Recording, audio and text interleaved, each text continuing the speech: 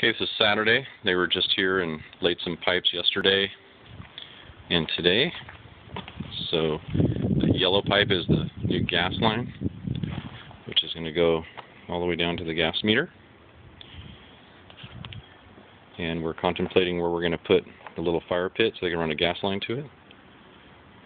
Deciding exactly where that's going to go. And they laid in all the pipes for the new skimmer and all the other stuff going right here.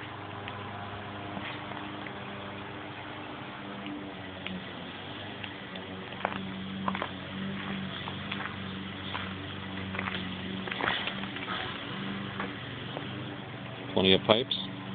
That's for the air for the spa. It's going to be back there in the corner far away from everybody. And that's a lot of pipes.